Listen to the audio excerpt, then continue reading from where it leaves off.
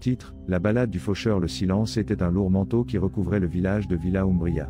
Un silence épais, presque palpable, uniquement interrompu par le murmure du vent qui serpentait entre les maisons de pierre, léchant les fenêtres avec des doigts invisibles.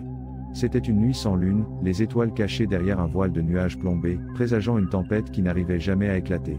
Anna, assise près de la fenêtre de sa vieille maison, ressentait une inquiétude étrange, un pressentiment sombre qui lui glaçait les os.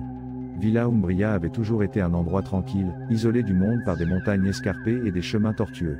Ses habitants, des gens simples et attachés à leurs coutumes, vivaient au rythme lent de la nature, ignorant le tumulte des grandes villes.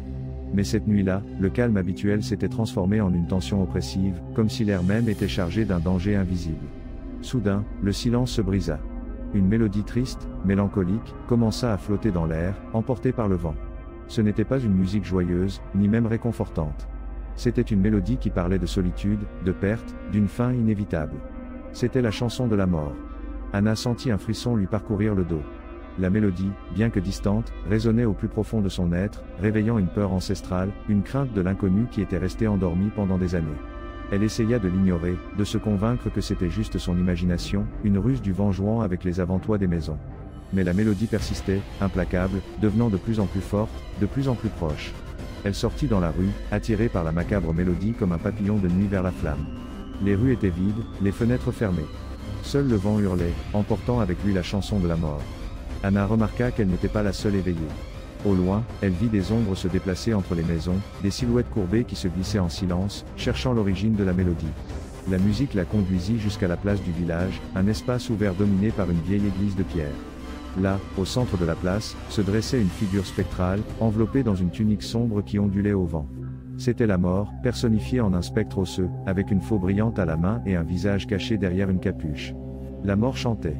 Sa voix, un écho caverneux, résonnait sur la place, remplissant l'air de mots qui glaçaient le sang. « Ton heure est venue ». La mélodie s'intensifia, enveloppant Anna dans un tourbillon de notes lugubres. Elle sentit le sol trembler sous ses pieds, l'air devenir dense, irrespirable. D'autres voisins, attirés par la chanson, commencèrent à arriver sur la place, sortant de leur maison comme des automates, avec les yeux vides et le regard perdu. La mort les observait, impassible, tout en continuant son chant funèbre. Un à un, les habitants de Villa Umbria s'effondraient au sol, inertes, avec le visage crispé par la terreur. Anna tenta de fuir, mais ses jambes ne répondaient plus. Elle était paralysée par la peur, incapable de détourner le regard du spectre de la mort. La mélodie l'enveloppait, l'asphyxiait, pénétrant son esprit, déchirant son âme. Alors, la mort se tourna vers elle. Sous la capuche, Anna aperçut un visage squelettique, avec des orbites vides qui brûlaient d'un feu infernal. La mort leva sa faux, et la mélodie atteignit son point culminant. Ton heure est venue. Anna ferma les yeux, attendant le coup fatal. Mais le coup n'arriva jamais. Au lieu de cela, elle sentit une douce brise lui caresser le visage, et la mélodie commença à s'estomper. Elle ouvrit les yeux avec prudence.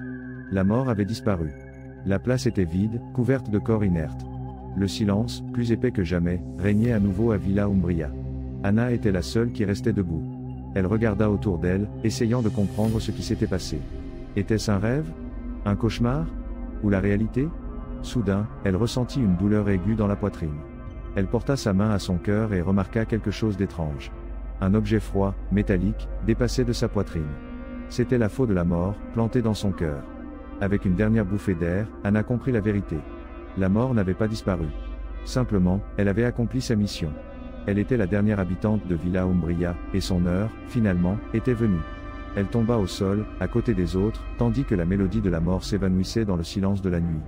Mais avant d'exhaler son dernier souffle, elle entendit une voix murmurer à son oreille, « N'aie pas peur, Anna. Maintenant, tu es l'une des nôtres. » Et avec ces mots, Anna rejoignit le cœur spectral de Villa Umbria, condamnée à errer sur la place pour toujours, attendant l'arrivée de la prochaine victime de la balade du faucheur. Le vent hurlait, la nuit était sombre, et la mort, une fois de plus, avait réclamé son tribut dans le village oublié. La mélodie, bien que réduite au silence, persistait dans l'air, attendant le moment de se réveiller et d'annoncer la fin d'une autre âme malheureuse.